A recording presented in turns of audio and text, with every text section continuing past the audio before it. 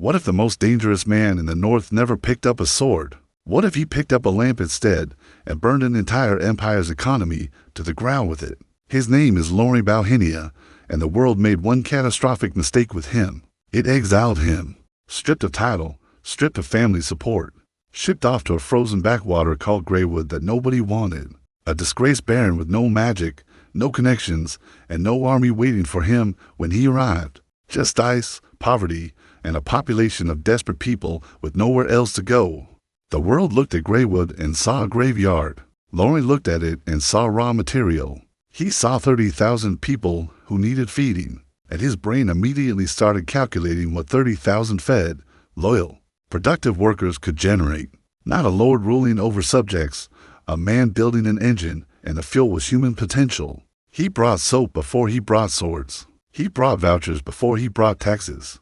He forced peasants to bathe using pay cuts and police batons as motivation, which sounds cruel until you realize clean workers live longer and cost less in sick days. He was never a tyrant in the traditional sense. He was something far more unsettling than that. He was efficient, and somewhere to the south, in a palace built on candle wax and generational wealth, the Golden Lion Duke had absolutely no idea what was growing in the frozen north. His family controlled the candle monopoly for over a decade, a money printing machine that funded political alliances and private armies across the empire. Then Lorien's cheap brass lanterns showed up in every market stall, weatherproof, reliable, and priced so low the candle business bled out within weeks. 70% market share, gone. The Duke destroyed one of those ugly little oil lamps with his own sword, dramatic as an Annam villain, and screamed for the Golden Eagle Trading Company to be burned to the ground. He banned their ships, seized their warehouses, sent the city guard in on fake fire hazard protects.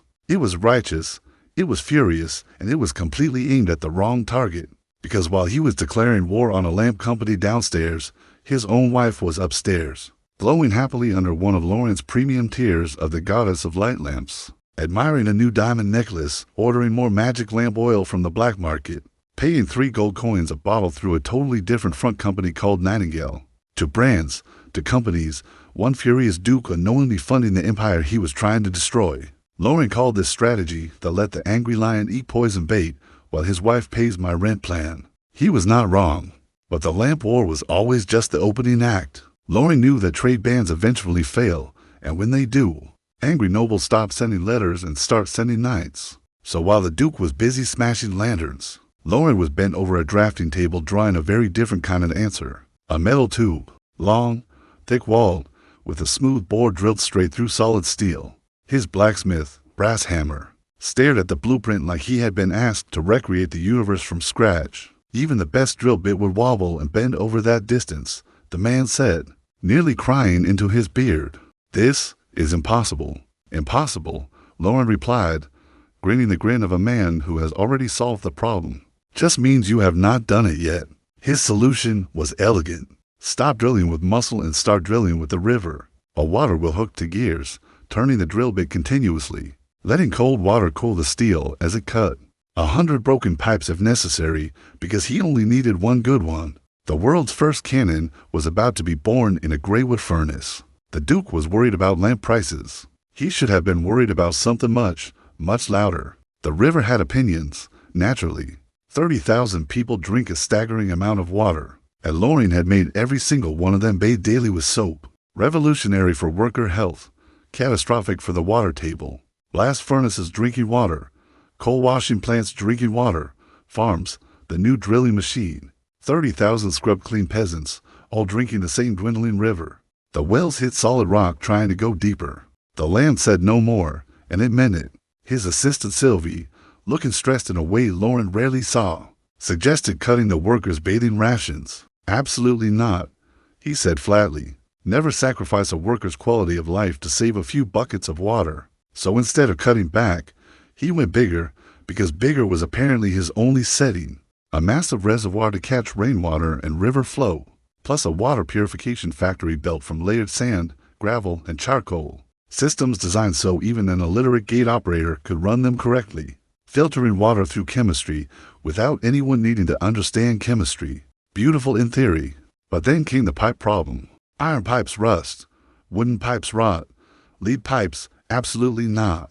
because Lorien knew exactly what lead plumbing did to the Roman Empire and had no interest in giving his entire workforce brain damage. What he needed was plastic, normal polymer pipe, the kind that cost almost nothing back home. Except this world had no polymers, and inventing plastic from scratch was a slightly bigger ask than inventing a better lamp. He stood staring at his empty reservoir like it had personally insulted him, wondering if his entire industrial revolution was about to get strangled by a pipe. And then fate decided to deliver him a present. Two presents, actually, wrapped in red robes with snake tattoos. A carriage rolled into town carrying two men who looked like someone had photoshopped wizards into an industrial documentary.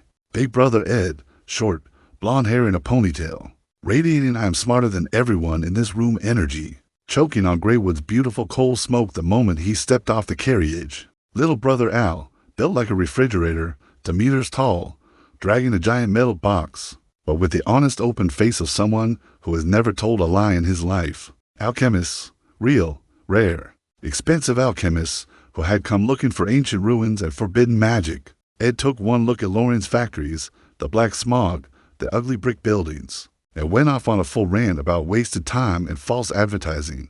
But his gentler brother actually used his brain, studying the load-bearing structures, the drainage ditches, the mysterious hard gray glue holding the stones together. "This is architectural perfection," Al said quietly. Ed scoffed.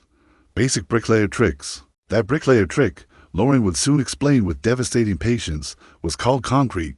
Sylvie spotted the two robed strangers immediately, because Lorien had a standing policy in Greywood. Any nerd with a functioning brain who wandered and got recruited, no exceptions. She walked over with the polite energy of a predator that had learned manners, listened to Ed demand a tour of the ancient ruins, smiled the smile of someone about to completely ruin someone else's day, and told them the truth. There are no ruins. Every lamp, every gear, every miracle you are gasping at came out of one man's brain. Ed nearly had a vein pop at the implied insult to every alchemist alive. Sweet Al shook his head sadly, telling her line was not very knightly, and Sylvie, bless her dramatic soul, simply stepped aside and gestured toward the castle in the distance. "Why not go meet the Baron who stole the god's wisdom yourselves?" she offered, eyes lit up like a hunter who just spotted the rarest game in the forest. "Boys," she said simply, "you just became my new employees." Lorien did not even bother getting angry when Ed marched into his study and slammed his hands on the desk demanding to know which ancient school of magic the lamp oil formula was stolen from. He found it adorable. He walked to the chalkboard and drew a hexagon. Just a hexagon. A little carbon ring. Then he spent 30 minutes nuking the medieval scholars with several thousand years of chemistry knowledge they were absolutely not ready for. Molecular bonds, boiling points, distillation, oxidation, the fact that matter was not made of fire, water, earth, and wind, but tiny particles arranged like puzzle pieces. He dressed it all up as supreme alchemical truth, because calling it high school chemistry felt anticlimactic for the moment.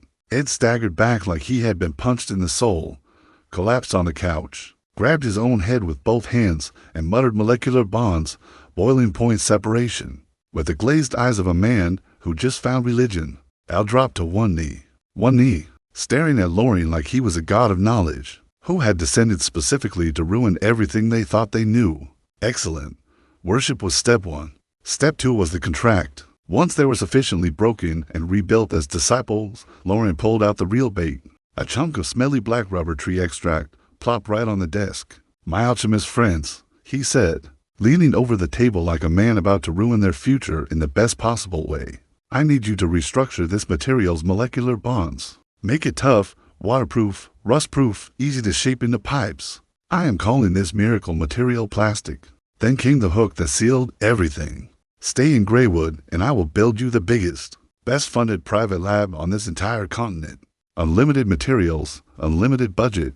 All he wanted in return was their genius and the Greywood stamp on everything they invented. For to alchemy nerds who lived for knowledge and free research money, this was an irresistible deal with the devil." "Deal," Ed shot up, practically vibrating.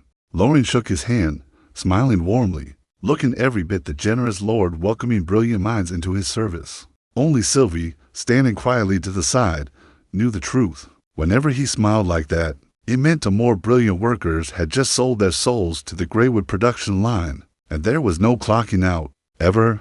The lab he built them was not some damp, gas-filled basement where medieval scholars traditionally coughed their way to an early grave. It had mechanical ventilation, water-powered fans pushing fumes out through ceramic pipes, drainage systems, acid-resistantly lined workbenches. A real lab in a world that thought safety equipment meant hoping really hard. Sylvie stood in front of the half-finished building, staring at the giant glass windows, completely baffled. My lord, this does not look like a workshop. It looked like a temple. A temple is for worshipping things that do not exist, Lorien told her, very dramatically. This is for proving things that do. And the spending began. Week 1.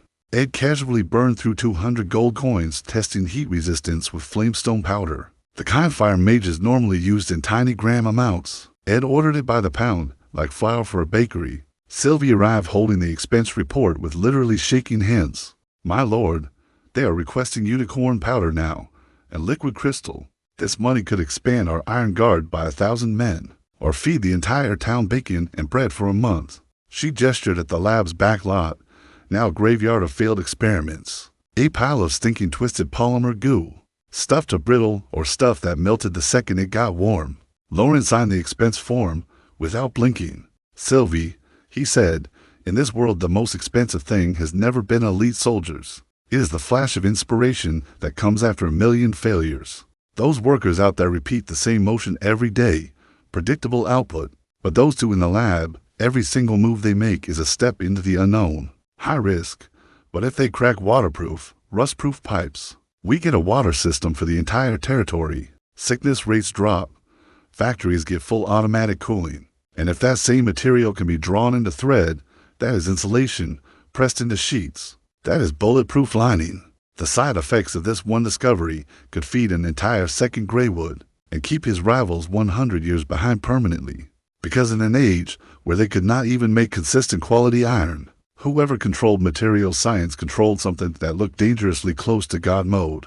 Meanwhile, the Golden Lion Duke was not stupid enough to miss every signal forever. After weeks of punishing the Golden Eagle Trading Company, he finally noticed his own wife had been buying Lorien's lamp oil through the back door the entire time. He shut that down fast, called in allies, cut his losses. Not a knockout blow against Lorien, but enough to force his hand. Better to lead the enemy by the nose than keep reacting to his tricks. So Lorien told Sylvie to stop needing his signature for the Alchemist brothers. Give them anything they ask for, he said, grinning, even if they ask for a star from the sky. We will figure out how to drag down a meteorite instead. Deep in their unfinished lab, Ed and Al were having the time of their lives. No noble breathing down their necks, no guild politics. Just endless resources and a lord who actually trusted their wild ideas. Ed, eyes bloodshot, staring at a bubbling black goo like it personally owed him answers. Al, hand me the elemental stabilizer. I think I'm finally getting this long-chain structure the Lord talked about. They were not performing cheap magic tricks for bored nobles anymore. They were building the future and dragging the entire Middle Ages kicking and screaming into something that looked suspiciously like civilization. But then Lorien learned something over wine-soaked nights with his to-science nerds that genuinely rearranged his entire worldview. Ed and Al were not just genius alchemists. They were legitimate second-rank mages. And in this world, alchemy was not just stirring and heating things, it needed magic as a catalyst. Even his precious molecular restructuring theory needed someone using mental energy to guide the particles, or they collapsed in the chaos. Science needed a magic ticket to enter the VIP room in this world. Al explained very helpfully, very unaware he was crushing Lorien's entire personality. Even simple brass refining worked better when an alchemist used magic to sense the metal's internal pulse. Lorien sat in silence, because his whole vibe, his entire identity, had been built on science beats everything. But if the highest tier of science here literally required a magical ID card to swipe in, where did that leave a regular guy like him? He demanded a test. They pulled out a special crystal ball that sensed magical resonance, pressed it into his hands. 30 minutes later, the room got very, very quiet. The ball sat cold, dead, completely unimpressed by his existence. I am sorry, my lord, Ed said, fidgeting nervously. Your soul energy is incredibly tough, but your sensitivity to outside magical elements is basically zero. In alchemy terms, we call this a silent body. A silent body, magically mute. Honestly, it tracked. If this body had magical talent, the original owner would never have been exiled to a frozen wasteland in the first place. All Lorien had was some combat experience scraped together from Sylvie, a whole bag of dirty tricks he invented himself, and a body that barely qualified as first-rank knight material. Sylvie put a hand on his shoulder, gentle but firm. Even without magic, your brain is still the strongest power in this world. I am certain of that. The disappointment lasted for seconds. Then it turned into something far more dangerous. Pure, unfiltered determination. No, Sylvie, I am not discouraged, he said, walking to the window, looking out at his factory glowing red in the middle of the night like the whole sky was on fire. If the heavens will not open the door to magic for me, then I will blow the door open myself with steel and fire. He turned back to his stunned alchemist prodigies and went full villain monologue. If only mages can manipulate tiny particles, then we will build microscopes that can see those particles, and machines that can cut matter with perfect precision. If I cannot become a transcendent being, then I will make sure every single one of my soldiers carries a steel tube that can snipe a third-rank knight from 1,000 meters away. I do not believe for 1 second that any magic shield can stop a supersonic shrapnel fragment. This land's future does not need magic's charity, it just needs the raw force of industry. He had failed the magic test, so he personally declared war on the entire concept of magic. Healthy coping mechanism, very normal response. Then something unexpected happened.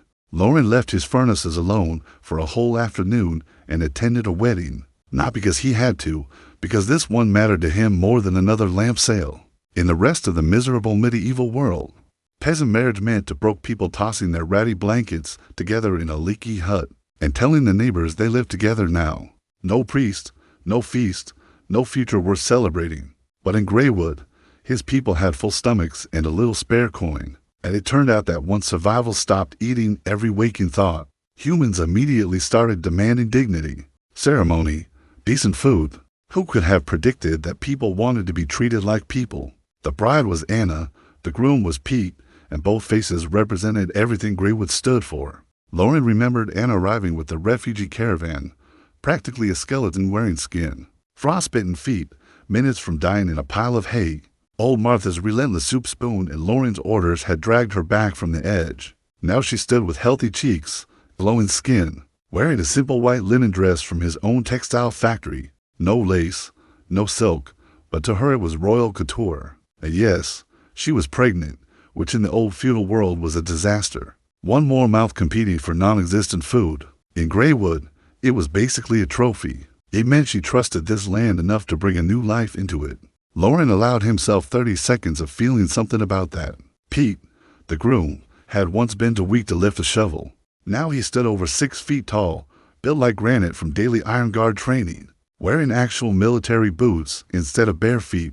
3 days before the wedding, during a training exercise, Pete dove to save a buddy from falling off a cliff, and in that adrenaline rush something in his blood caught fire. He generated his own battle aura. A peasant with 0 noble blood, 0 magic beast meat, just bread, salted meat, and brutal daily training. This was exactly Lorien's theory in action. Feed enough people well enough, train enough of them hard enough, and you will find hidden talent buried in what the nobility dismissed as worthless peasant masses. You do not need noble bloodlines. You need calories and consistency. When the bell tower rang noon and the crowd erupted and Pete walked out to claim his bride, like the absolute unit he had become, the whole square went wild. Workers, factory girls, soldiers, all raising mugs of beer, screaming blessings with raw joy you would never find in a dusty noble estate. And then the crowd went quiet. Then it parted, because Lorien showed up, black coat, crisp white shirt, Sylvie and the others flanking him, smiling at his people. Not fear, the crowd froze with something closer to pure embarrassing devotion. Every worker and soldier snapping straight without being told. Pete tried to drag pregnant Anna down into a bow before Lorien raised one hand and froze the poor man mid-kneel. Get up, he said. Today is your wedding day. I do not do groveling on my land. Your knees only bend for death, nobody else. Pete shook with emotion, slammed his fist to his chest in a perfect salute, and screamed his loyalty like he had just won the lottery. Anna burst into tears staring at Lorien like he was literally glowing brighter than her religion's actual god. Listen, I get it, Lorien said, flashing his signature charming smile. Grabbing a cheap mug of beer like a totally normal guy crashing a party. I am very charismatic. It happens. Relax, everyone." He looked out at all those desperate, hopeful faces, and then he gave the speech. "Today we witnessed Greywood's first official wedding, and I promise you it will not be the last. You used to be too scared to love, too scared to want a family, because you did not even know if you would survive tomorrow. But here, in Greywood, sweat for the gears, keep the factories running, and I guarantee bread and meat on your table forever." The crowd growled with raw approval, not applause, something deeper. The sound of people who finally believed they got to live. Then Lorien looked at Anna's belly, smiled wider, and dropped the actual bombshell. "So congratulations, you two, and do not stop at one kid. Have more. Do not worry about affording it." He drank his beer in one pull, and let the next part land like a hammer across the frozen north. "Effective today, I am announcing a new territorial law. Every child born in Greywood, from birth until adulthood, will have every meal, every piece of clothing, fully paid for by the treasury." Dead silence. Then the sky split open from the screaming. "Lord Lorien is going to raise our kids for us." People openly sobbing, hugging strangers. Because under the old Lord, famine winters had meant drowning newborns. So there were fewer mouths to feed. Now this man had just told an entire town their children's futures were his problem. What generosity! What a big, beautiful, selfless heart. Behind that very moved, very humble smile, of course, Lorien was running the numbers. Forget the system paying him a silver coin per day per extra citizen, free money basically. The real value was the children themselves. These adults cheering right now, grateful, loyal, sure, but soaked in centuries of feudal cowardice and quiet obedience baked into their bones. Their kids, different story entirely. These babies would not grow up under a noble's whip. They would open their eyes and see smokestacks, steam engines, and a fair voucher economy as just normal life. Free schools, free food, free housing, and from day one, heads filled with industrial discipline, basic scientific logic, and total unwavering loyalty to Greywood as their one and only homeland. This generation built the foundation. The next generation was going to be precision engineered, handcrafted by Lorien from birth. Their loyalty would be absolute. Their knowledge would be modern. Their ability to execute complex plans would utterly crush anything this medieval era had ever produced. The babies were not expenses. They were precision war machines currently still in the oven. So yes, more babies. As many as possible. The math only ever worked in his favor. While he gave an inspiring baby-making speech at a wedding, his spy network was hard at work doing something far less wholesome in a dingy tavern. That smelled like mold and regret. Old Gareth, his favorite grumpy wolf of a spy master, sitting alone in the darkest corner of a rundown pub called the Limping Dog, not touching his beer, because even he was not brave enough to drink whatever was floating in it. A beggar in a ragged cloak came and buying stale bread. Totally normal. Except this beggar was one of Lorien's best undercover agents, who had been living as a fake, homeless man in this town for the whole months. 5 minutes later, in a back alley that smelled like every bad decision ever made, the agent slipped Gareth a tiny bamboo tube wrapped in oil paper. Top secret intel delivered via smells like P Alley. Very spy core. The good news first. Gareth's Steal the Workers operation was going beautifully. His network had bribed the mine supervisors, dug a secret tunnel, and smuggled out 7 entire villages, almost 3,000 peasants, already slurping hot oatmeal in Greywood while their old lord wondered where his labor force went. Why invade a castle when you can hollow it out from the inside like termites? Then Gareth returned to his safe house, lit one of Lorien's brass lanterns, and decoded the next message using a cipher based on page numbers in a beat-up poetry book. In a world where literacy was basically a rumor, this code was unbreakable. And what did the message say? Step 1. Stop the mass peasant smuggling for now. Step 2. Launch Operation Star Hunt. Kidnap anyone useful, literate scholars, master blacksmiths, skilled carpenters, bring them to Greywood by force if necessary. Step 3. Within 2 months, get the full military breakdown of 3 rival territories. Oak Haven, White River, Iron Cliff. Exact night counts, infantry rotation schedules, food storage locations, wall thickness, guard shift changes, everything. Gareth's hands were shaking with excitement because he understood immediately what it meant. Lorien was done playing the quiet merchant slowly boiling rivals like frogs in lamp oil economics. Done hiding his teeth. The steel fangs were coming out, and these crusty old nobles, still congratulating themselves on their candle monopolies, had absolutely no idea that somewhere out in the dark, a very ambitious baron had just ordered a full military audit of their entire existence. Gareth went deeper into enemy territory to pull off Lorien's military intel request. He ditched his nice clothes, put on scratchy peasant rags, and went full method actor homeless man through the worst slums of Oakhaven. The deeper he went, the angrier he got. He watched an old farmhand collapse from exhaustion only to get whipped to death by a mounted overseer for daring to catch his breath, then watched the body get kicked into a ditch for stray dogs to finish. Nobody around even looked up, just kept swinging their hoes like nothing happened. Because in this world, peasants were not people, they were livestock that occasionally talked. Every time Gareth saw something like this, his brain flashed back to Greywood, clean streets, hot showers after factory shifts, big bowls of actual meat stew, police who used batons to protect people instead of beating them. Not just different, heaven versus actual hell. He found himself staring at starving kids fighting over a moldy apple and breaking a little inside. This was a man who had killed people for a living and thought he understood how cruel the world worked. But after tasting what dignity looked like, something cracked open in him that even he could not fully explain. That night, calling his underground crew together, the plan came together fast. Finding blacksmiths and scholars was easy, one agent said. These skilled men were starving. Promised them silver and a hot meal, and they would follow by midnight. But mapping the castle's full troop numbers and supply depots, only knights and tax officials knew that. Gareth just smirked, dragged out the heavy burlap sacks, and dumped them on the floor. Pure silver coins spilled everywhere, smuggled in through the Golden Eagle Company. Pocket change for Greywood's daily income, a rounding error from the 30,000 citizen tax base. But out here, in these broke backwater territories, that was enough money to buy anyone's loyalty. There is no fortress that cannot be cracked, Gareth said, eyes gleaming with the exact same calculating energy Lorien himself would use. Their power is not built on faith in some god. It is built on who controls the money. He pointed at the silver. Go, use this to rot their foundations from the inside out. And that is when it all fell apart for the nobility, one guard at a time. A rainy night. A nobody knight named Felt patrolling the most boring stretch of wall at Oakhaven Castle, the part even the dogs refused to walk. Felt was having a rough month. No noble blood, barely scraping by on guard pay. A greedy girlfriend back in town bleeding him dry. Then out of the darkness came Gareth, calm as a tombstone. A man who patrols this lonely wall alone in the rain is either a loyal idiot or a smart man, who is broke and ignored by his bosses. Felt nearly drew his sword. Then Gareth pulled out a coin purse and gave it a little toss, so the coins jingled.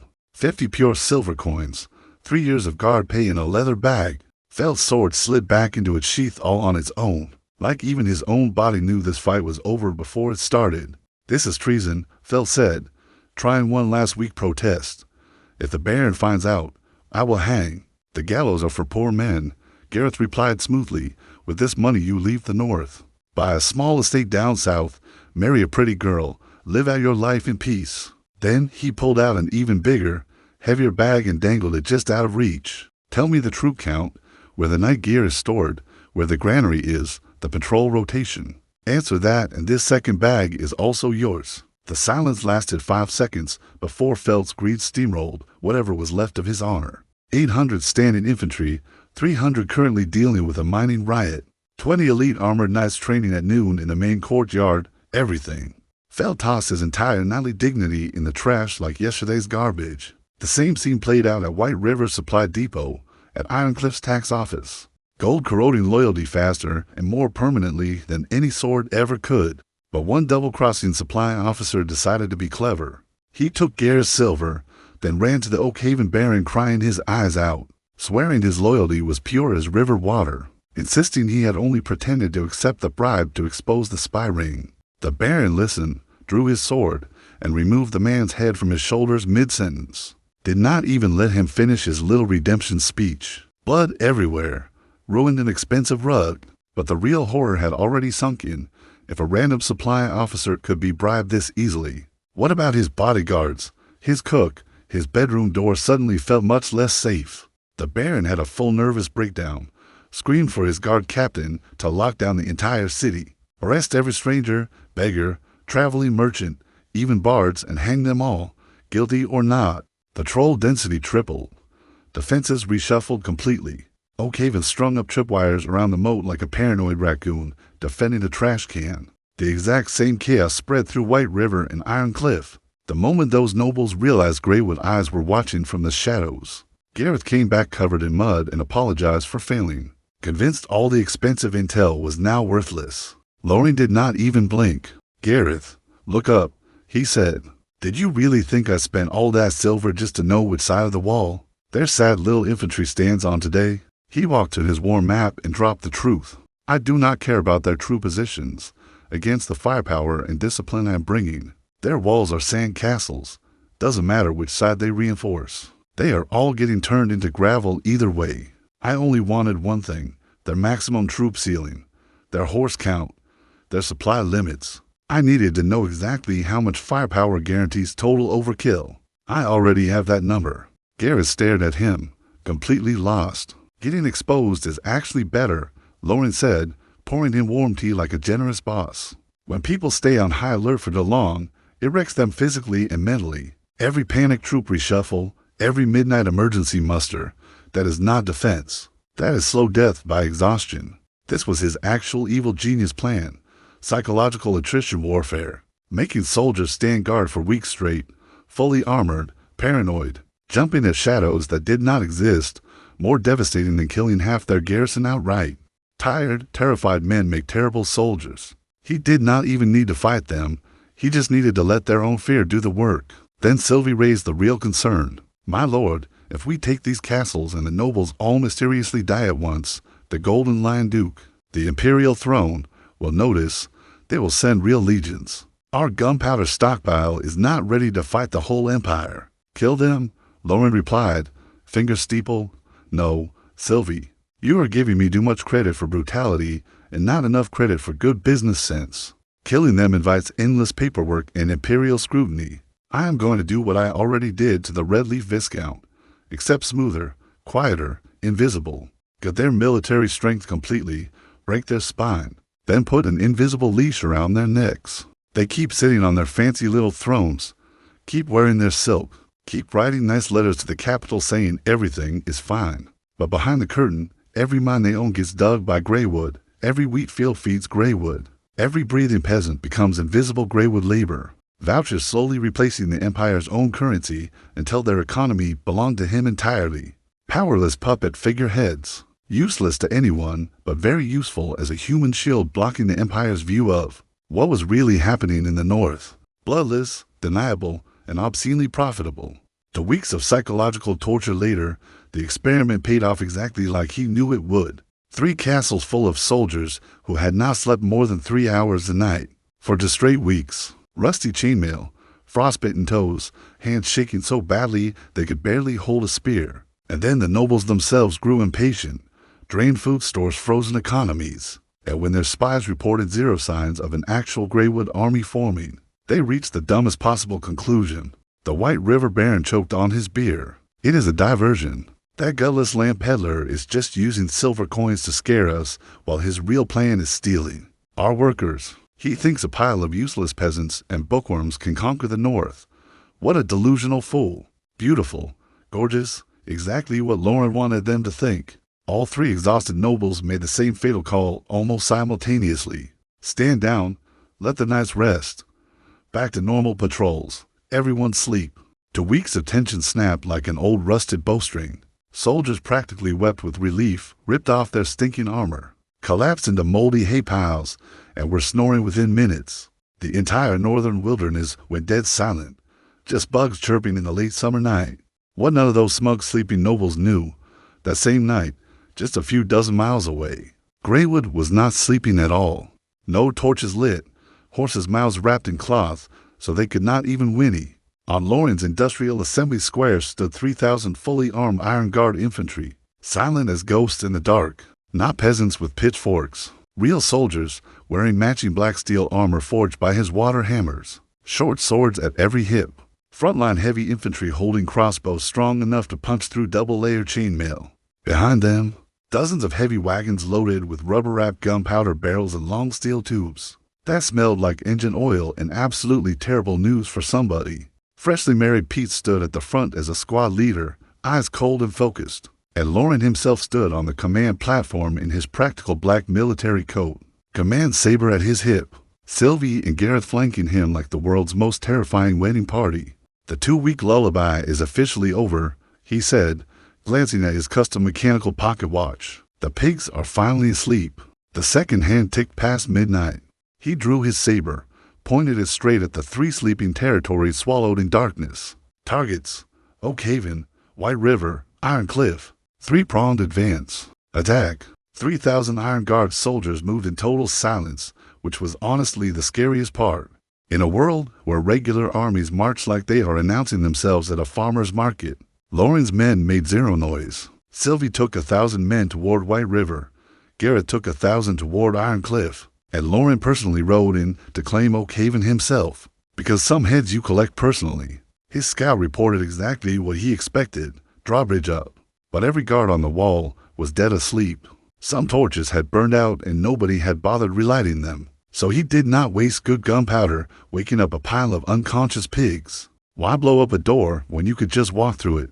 His best climbers crossed the half-dried moat, threw up grappling hooks, factory forged and ridiculously well made, and went up the wall like little black spiders. 2 minutes later, a few quiet, wet sounds. Throats cut so fast and clean the guards never even got a scream out. Then the satisfying creak of the gate winch turning from the inside. "First unit, take the granary. Second unit, secure the armory and stables. Rest of you, with me to the barracks." 1,000 black-armored soldiers flooded into a city that had absolutely no idea what was coming. One scrawny old leather worker peeked through his rotting window shutters, saw the entire street filled with black armor under starlight. He should have screamed, rung the alarm bell, called the patrol. Instead, he stared blankly for a few seconds, quietly shut the window, barricaded his door with an old table, and pulled his trembling grandson back into bed. "Grandpa, are bandits robbing the city?" the kid whispered. "Shut up and sleep," the old man muttered, and there was not a single shred of anger in his eyes, just relief, because whether it was demons or actual devils storming the streets, none of it could possibly be worse than a baron who only showed up to collect taxes and hang people. That was the real verdict on feudal rule. These peasants felt zero loyalty to their lord. The castle falling just meant a new landlord collected rent, not their problem. With no civilians sounding alarms, the advance became pure surgery. Granary sealed under Greywood's banner within minutes. Armory guards had their throats cut mid-dream. By the time Lorien surrounded the barracks with his main force, the entire Oak Haven garrison was still snoring. "Sweet dreams, gentlemen. Wake-up call is coming." The moment his iron guard kicked in the barracks doors, the screaming finally started. Intruders. Where did they come from? One half-dressed officer sprinted for the alarm bell, got one single, pathetic clang out of it before a crossbow bolt punched through his chest and pinned him to a wooden post. The rest of the garrison stumbled around half-blind, half asleep. 2 weeks of forced exhaustion finally collecting its bill. No armor on. Couldn't find their spears. Could not even stand straight. Lorien's men moved in tight. Discipline showed walls like a factory assembly line for unconsciousness. Not really a battle, more like processing. 10 minutes. That was all it took to fully disarm 3 major barracks. 600 exhausted prisoners roped together and marched to the square, all for gates sealed. Nobody flying out of that city. Eventually, the Oak Haven Baron woke up in his velvet bed to his servant shaking him screaming about. Black-armored soldiers everywhere. The Baron slapped his servant for talking nonsense and ran barefoot to his balcony to prove him wrong. He was wrong about being wrong. Down below, an entire sea of perfectly disciplined black-armored troops surrounding his keep like they had measured every formation with a ruler. It's Greywood. It's that maniac Lorien. And here is where noble pride did something beautifully, tragically stupid. Instead of panicking correctly, his brain found a way to feel better about the situation. He must have pulled his entire army out just for me. That means White River and Iron Cliff are perfectly safe right now. The sheer delusional comfort in that thought practically gave him a confidence boost. He screamed orders, dropped the inner gate, armored his knights, bribed his courtmage with 10 times the usual pay, then ran to his desk scribbling frantic letters begging for reinforcements. If I hold for just one day, Allied reinforcements arrive. The Empire's army arrives. and I personally hang that bastard Baron from my own flagpole. What this confidently doomed man did not know, at that exact same moment miles away, both the White River Baron and the Iron Cliff Viscount were having the exact same panicked but comforting thought, each one convinced he was the special lucky target who had pulled Lorien's full attention. None of them realized the truth. Lorien had not sent his whole army at one target. He had built 3 equally devastating, fully industrialized strike forces and sent them all simultaneously. 3 barons, 3 keeps, 3 identical surprise parties, and not one single invitation declined. This was the moment, the whole reason he had been obsessing over drilling steel tubes, burning gunpowder, and bullying alchemists for months. Showtime. The Baron had his last line of defense up, heavy iron gate dropped, elite knights lining the walls with crossbows, and his courtmen chanting until a glowing blue dome of magic shield wrapped around the main gate like an overturned soup bowl. Second-tier earth magic, very mystical, very expensive. Look at this, you ignorant peasants, the Baron screamed down from his wall, confidence fully restored now that magic was involved. This is noble power, a gift from the gods to true superior beings. Your scrap metal will not even scratch the surface. Lorien did not even blink. He flicked a raindrop off his coat sleeve. Tears of an old era, he murmured, always compared with the barking of fools. Then, calmly, to his artillery crew, pull the tarp. Let's show these nobles what equivalent exchange actually looks like in physics. His gunners ripped the rubber covering off the wagons, and out came the absolutely gorgeous, brutal pieces of metal. Early muzzle-loading cannons, thick barrels hand-drilled by his water-powered machines out of solid high-carbon steel, wrapped in iron reinforcement bands. They smelled like gun oil and progress, a beautiful ugly contrast against that glowing fairy tale shield up on the wall. The Baron stared, completely baffled. What in the world are those iron tubes? Lorien's crew did not bother answering. They worked with terrifying practice precision, cleaned the barrel, packed in refined granulated gunpowder, rammed it tight, loaded solid iron cannonballs the size of a grown man's head. Adjust elevation, target the center of that shield. The Mudge, some man named Howard, suddenly felt a wave of pure dread, not from magic sensing, just raw primal fear at the sight of something that wanted to hurt him very, very badly. Lorien drew his saber. Fire! The deafening explosions tore through the silent night like twin bolts of thunder. The cannons kicked back hard enough to gouge wide scars into the stone road. Orange muzzle flame lit up the dark, smoke rolling across the whole battlefield. Then 2 iron cannonballs carrying enough kinetic energy to ruin somebody's entire night slammed straight into that unbreakable magic shield. It did not even survive half a second. The shield cracked like cheap glass and burst into a spray of useless blue light. Howard the Mudge got hit with magical backlash, coughed up blood, and went flying backward like a ragdoll. And that was just the appetizer. One cannonball punched clean through the iron-bound gate like it was made of wet paper. The other drifted slightly and smashed directly into the exact spot where the Baron had just been standing, turning solid granite into rubble and reducing to elite knights, into a horrifying red mist before they even had time to scream. This is impossible, the Baron muttered, sitting in a pile of rubble and gore that used to be his proudest wall. His magic shield gone, his expensive Mudge unconscious, his best knights paced. All he could do was sit there in stunned silence, watching Lorien's crew calmly reload for round 2. Another thunderous boom rolled across the wet night sky. The old era just got demolished, loudly, violently, and on schedule. By the time Lorien walked into the keep, the fight was basically over. The gate lay twisted in the rubble. Pete, blood on his face, was already screaming orders to secure the high ground. A few dozen knights tried to make a last stand in their fancy full-plate armor, shouting about family honor and divine protection. Instead, they got crossbows at point-blank range. Steel-piercing bolts went through their expensive armor like wet cardboard. They did not even get close enough to touch Lorien's men before dropping dead in the mud. When the gap in firepower is that absurd, slaughter just becomes boring. Genuinely, Lorien walked through the battlefield in spotless boots, stepping over twitching bodies, completely unbothered, and entered the main hall. There was the Oakhaven Baron, and Argo screaming threats from his wall like a king, now pinned to the floor by 2 soldiers, looking exactly like a plucked chicken. You madman, the Baron spat. You attacked a legally titled noble. Doesn't that leave Greywood completely undefended? Aren't you afraid some other noble guts your home while you're gone? Classic medieval math. By his outdated intel, Greywood barely cracked 30,000 people, meaning he had figured Lorien could scrape together maybe 600 elite troops at most. Perfect timing. The scout riders thundered into the hall and dropped to one knee. "My lord, word from Commander Sylvie. White River's keep has fallen. The Baron and his entire family captured. Granaries being inventoried as we speak. My lord, word from Commander Gareth. Ironcliff's Viscount tried fleeing through a secret tunnel. Caught. Garrison fully surrendered. Our casualties, under 10 total." The Baron froze mid-struggle. "No, that's impossible." He screamed, spit flying. "How could White River and Ironcliff fall at the same time? You said you brought your whole army here for me." Everyone in the room just looked at him with the expression you give a child who insists the moon is made of cheese.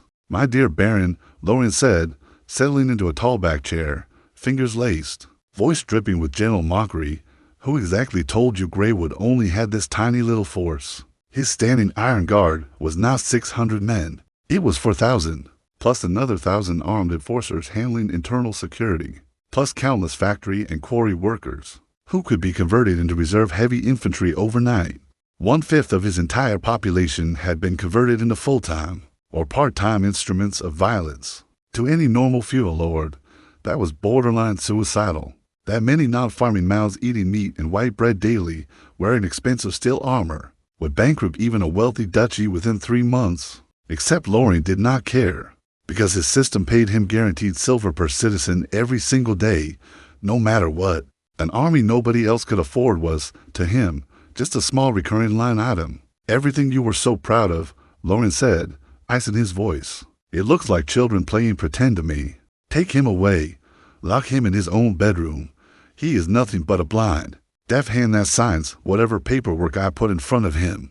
The morning after, Lorien stood on a makeshift wooden platform looking out at a town full of terrified peasants, waiting for him to be exactly as awful as their last lord. No comforting speeches, no fake warmth. "I am Lorien Bauhinia, Lord of Greywood, and as of right now, the new master of this city. I know exactly what you are afraid of. You think I will strip your last bag of grain like the last Baron did."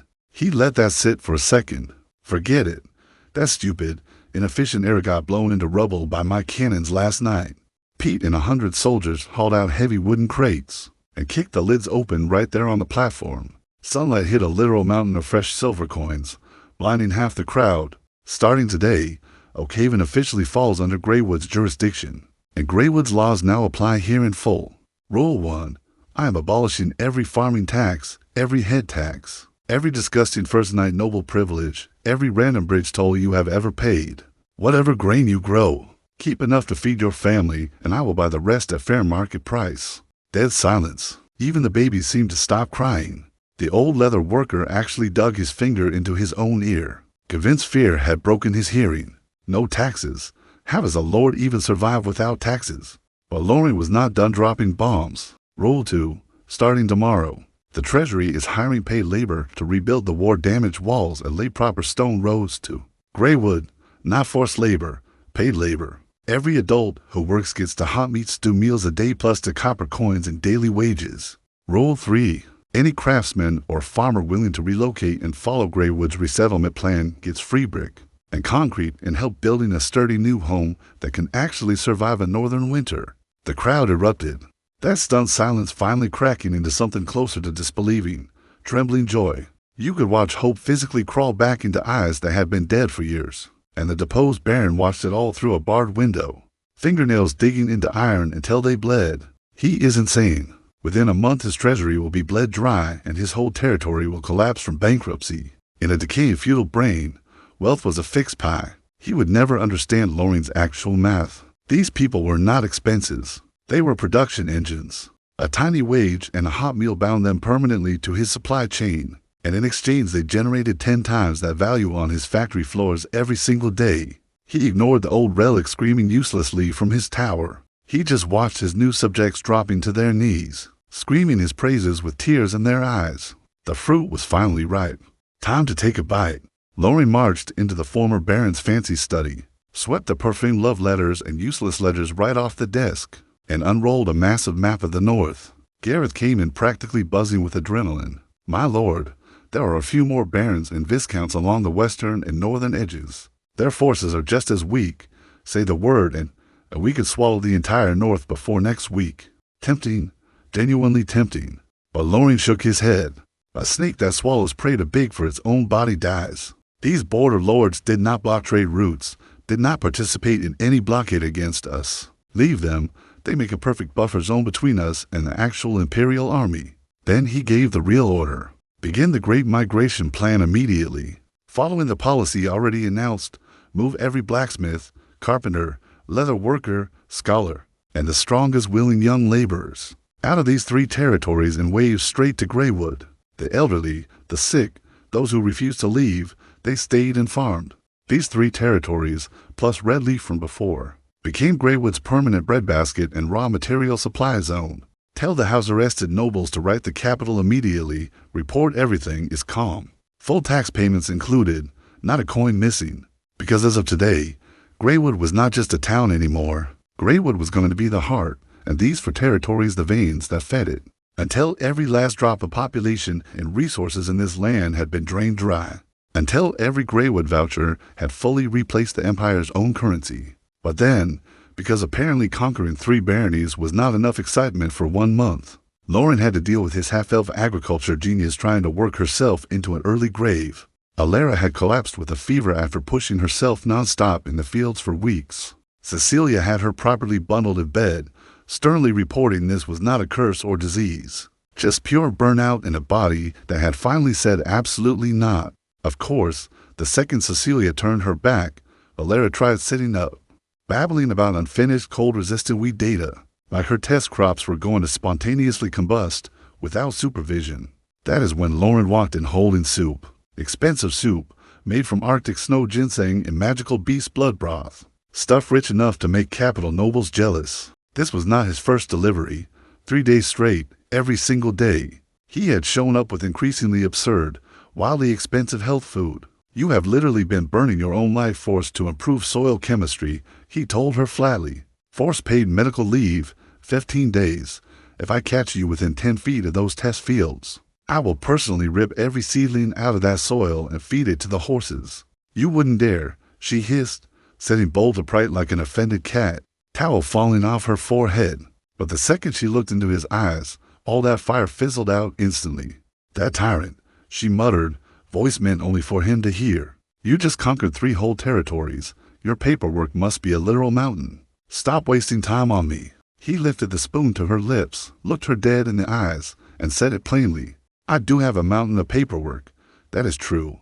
But Alara, listen to me very carefully right now. Your health is the single most important thing on my entire to-do list. He meant every word. 0 performance. Now, here's the part where his brain was running the usual capitalist math in the background. This woman understood modern agricultural science, had a natural affinity for plant life, and worked herself half to death without complaint. She was the foundation that let Greywood feed hundreds of thousands of future industrial workers. He would shrug off losing 1,000 soldiers. He would shrug off losing 3 blast furnaces in an explosion. But if Alara's body broke permanently, his entire agricultural output cratered by 80%. That was not a setback. That was a catastrophe nobody recovered from. So yes, premium soup every single day. He would hunt an actual dragon for dinner ingredients if it kept her healthy. Pure cold logic. Of course, Alara had 0 idea this was running through his head like a spreadsheet. To her sensitive elven ears, what she heard was a terrifyingly powerful man who held countless lives in his hands, choosing to skip his world domination schedule every single day just to sit by her bedside and tell her, with total seriousness, that she mattered most. That hit different. Her breathing went shaky. A deep blush crawled up her pale neck and lit up the tips of her pointed elf ears, like they were on fire. She shoved a spoonful of soup into her mouth just to have an excuse to look away. The soup is a little hot, she mumbled, refusing to meet his eyes. And somewhere in her flustered little brain, a thought crept in that embarrassed even herself. If, and this is a very big if, she ever needed to pick a human partner someday, a tyrant like him might not actually be the worst option. She had absolutely no idea he was doing supply chain risk management. Romance was just a really nice side effect. Meanwhile, Lorien walked away from the sick and had a horrifying realization. He was a bad boss. Not bad in the evil overlord way he was usually proud of, bad and accidentally running his best employees into the ground way.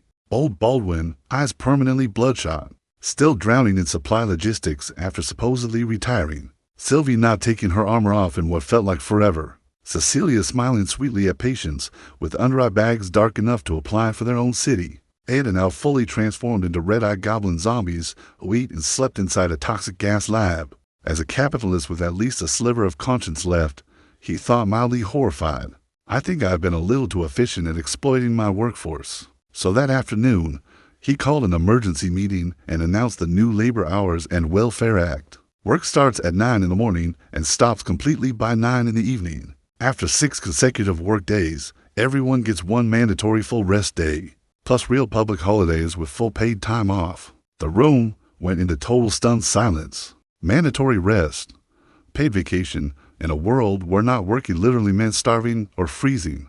Old Baldwin stood up first, beard trembling with genuine outrage. My lord, absolutely not. We just conquered 3 entire territories. How can we possibly rest now? We are willing to burn ourselves out completely for Greywood, for you. Gareth pounded his chest like an angry old wolf. My spies are watching every twitching noble in the region. One day off could mean missing critical intel. Sylvie just put her hand on her sword hilt, staring at Lorien with that "I will die before I disobey you" look. Lorien sighed internally. These poor, brainwashed, hyperloyal lunatics actually thought working themselves to death for their lord was a personality trait worth dying for. Enough, he said, cutting through the noise. I do not need you burning your lives away for me. I need you alive, healthy, alive for a long time. Because only alive people can keep generating value for me, and only alive people get to actually see what this land becomes. His voice went cold, full tyrant mode. In this territory, my will is the law. This is not a discussion. This is an order. Anyone caught secretly working on a rest day gets their entire month's pay docked and spends time thinking about it in a holding cell. Meeting adjourned. He had just forced mandatory vacation on his employees by threatening to fine and jail them for working too hard. He contained multitudes. The reaction across town was even more spectacular. A coal washing worker froze mid-bite, half a sandwich falling from his hand. Wait, we only work until sundown and get a full day off every week. An old blacksmith relocated from Oak Haven dropped to his knees on the stone pavement and started sobbing into his calloused, burnt-scarred hands. Praise Lord Lorien, not even heaven's old scripture promises mercy this generous. And then came the first official rest day. Lorien expected empty streets, maybe a few rowdy taverns. Instead, he heard a noise so massive it interrupted his breakfast. He walked onto his balcony with his tea and had a small existential crisis. Tens of thousands of citizens, freshly washed steel workers, his buff orc laborers, farmers straight from the fields, all gathered voluntarily in the plaza below. No weapons, just hammers, chisels, and thick rope. Several heavy wagons dragging in a multi-ton block of pristine white marble. Pete stepped forward as the people's representative, kneeling at the base of Lorien's steps. Fist slammed against his chest. Great Lord Lorien, you gave us the right to rest. What if we just lay around enjoying that gift while you stay locked in your study? Working for our future, our conscience would burn in eternal shame. So we organize ourselves on our day off, for free. He pointed at the giant marble slab, eyes burning like he had found religion for the first time. We want no wages and no food rations for this. We want to use these calloused hands on our day off to carve you a 30-foot statue right here, in the center of this city, so that 100 years, 1,000 years from now, the children of this land will look up and know exactly who saved them from endless suffering. The entire square, tens of thousands of people, dropped to their knees in one synchronized wave, like wheat bending in a storm. For the great Lord Lorien, the sound shook the clouds over the whole town. Up on his balcony, Lorien's teacup paused halfway to his mouth. He stared down at thousands of grown adults crying tears of joy, fighting for the privilege of doing unpaid manual labor on their day off. His modern, logic-brained little heart genuinely twitched. I literally just wanted to give my cheap labor force a maintenance window, so they do not break down prematurely, he thought, with a deeply confused sigh. Forced vacation for the workforce. Result, the workforce feeling so guilty about resting that they spontaneously volunteer extra unpaid labor to build their boss a giant statue. He took a sip of his now lukewarm tea, expression somewhere between touched and deeply unsettled. I think, he admitted to himself quietly, I severely underestimated just how devoted these people could be. Back south in the capital, the Golden Lion Duke's week was getting spectacularly worse. His candle monopoly had bled out 70% of its market share to Lorien's cheap brass lanterns, and even his desperate countermeasures had only clawed back 40% permanently. Then his own wife, the daughter of an actual prince, outranking him in bloodline and doing whatever she wanted inside his own house, spent an absurd amount on 6 of Lorien's premium lamps at a fancy noble dinner party. The moment that glowing crystal-studded centerpiece lit up the table like daylight, the entire noble social scene exploded with gossip. Everyone connected the dots immediately. Same craftsmanship, same glow technology. Has to be Golden Eagle Company. The resistance coalition the Duke had spent weeks building evaporated overnight. Lorien's lanterns flooded back into capital households like a dam had broken. When the Duke found out, he nearly drew his sword and chopped his own desk in half out of rage. He had to grovel to his political allies, hand out concessions, swear oaths in private meetings just to convince everyone his wife's shopping trip was a hilarious accident and not secret collusion. When he finally confronted her, she lounged on her velvet couch admiring her freshly manicured nails and said, completely unbothered, "Darling, you are being so sensitive. It is just a pretty lamp. As the daughter of a prince, am I not even allowed to buy a lamp? Keep your boring politics out of my bedroom." The sheer confidence of that response nearly gave him a stroke, and then his administrative efficiency across the capital dropped over 30%. In a matter of days, sewer renovations stalled. His knights got denied healing magic. Tax officials got voted down by bishops, who were usually neutral. Even low-level bureaucrats started stalling his orders with that special kind of vague, polite, "we will get to it eventually" energy that secretly meant never. The source was one man, Bishop Macbeth, senior inquisitor of the church, quietly dropping comments in sermons about pride being a sin and those blinded by worldly power, never naming the Duke directly, never needing to. The Duke broke out in a cold sweat when he figured out what was happening, because he remembered exactly why. Months back, trying to take down Greywood on the cheap, he had weaponized the church against Lorien. Slapping a heresy label on the whole town should have worked. Instead, not only did Lorien walk away completely unscathed, but somehow, mysteriously, quietly, he ended up on excellent terms with the exact bishop the Duke had tried to use as a weapon. Funny how that works out. The Duke sent his most trusted knight in the dead of night to Bishop Macbeth with a chest of 100 gleaming imperial gold coins. 3 hours later, the knight came back, chest still full, untouched. "The bishop refused to even see me," the knight said, pale as a ghost. "His attendant returned the chest and gave me a message. The light god's blessings cannot be measured in gold. Please use these coins, which reek of greed, to help the poor instead." The Duke collapsed into his chair. Refuse a bribe? These greedy holy men, suddenly developing a conscience about money? In the brutal logic of court politics, when someone refuses your gold, it only ever means one terrifying thing. Somebody already offered them something they could not possibly say no to. That's somebody being Lorien. Just saying. Allegedly.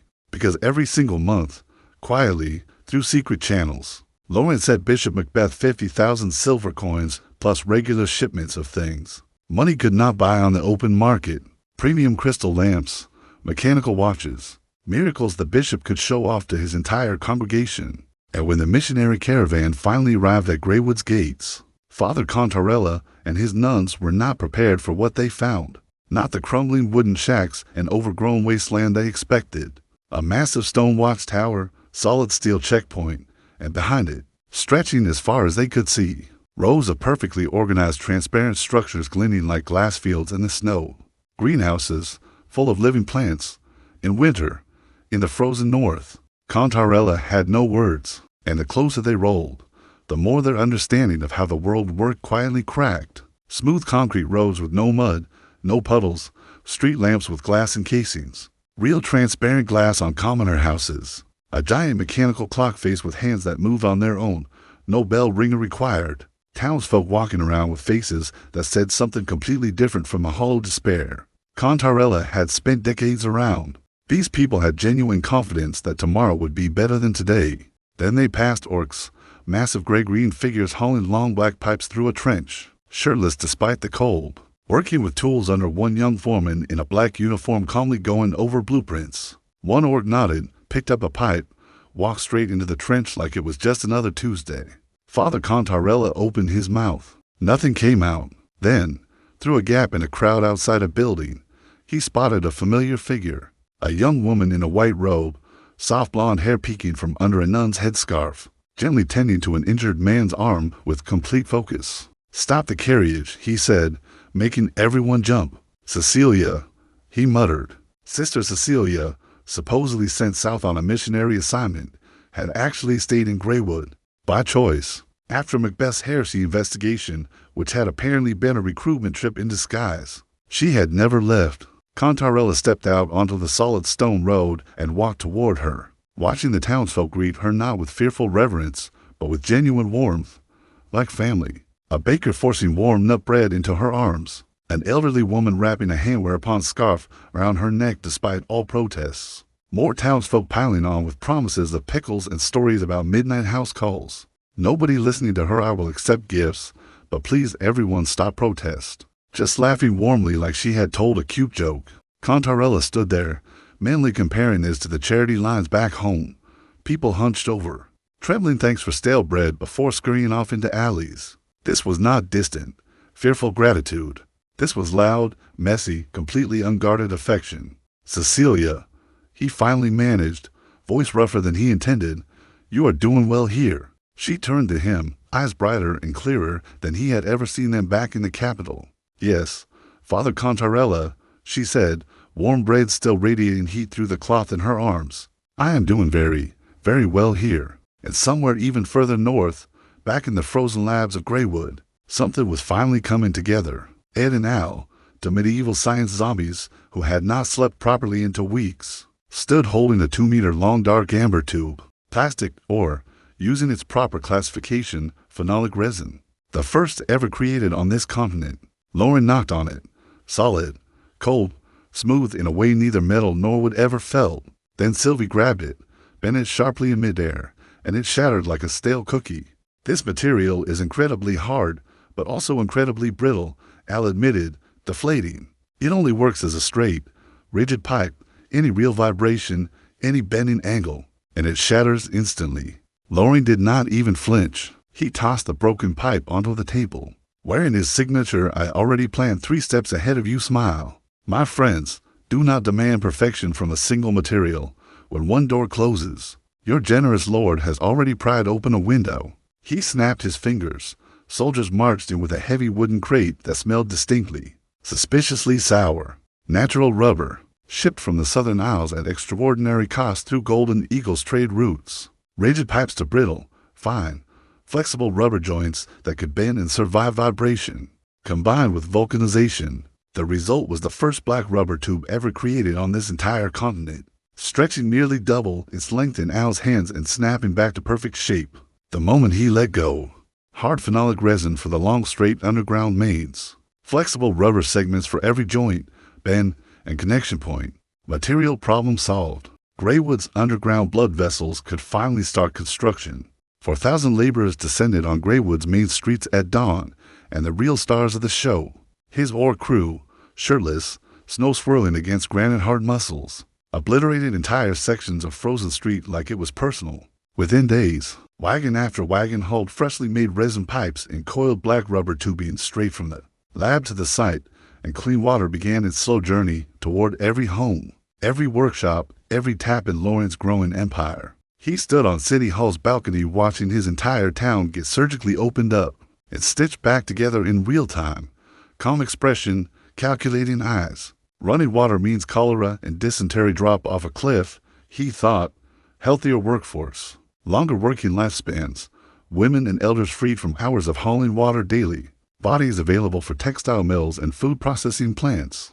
Clean water is the source of life and the perfect lubricant for the gears of industry. The arteries of civilization were now quietly pumping beneath Greywood streets, and those old nobles back in the capital, still bleeding each other dry, fighting over candle market share, still scheming for local power in a game that was already becoming irrelevant, had absolutely no idea how fast the gap between their world and his was widening. Some men build empires with armies. Some men build them with titles and bloodlines and centuries of inherited authority. Lorien built his with cheap lanterns, excellent branding, industrial chemistry. psychological warfare, free bread delivered to starving orcs, and a complete refusal to accept the world as it was. He had arrived in Greywood with nothing but a body that barely qualified as first-rank knight, and a brain full of knowledge this world was not ready for. 2 years later, he commanded 4,000 elite soldiers, controlled the largest industrial territory in the north, had the church in his pocket, and was already drawing trade routes toward the southern kingdoms with his sister's company as the vanguard. The world had exiled Lorien Bauhinia to the frozen edge of civilization, and he had turned that edge into the sharpest blade on the entire continent.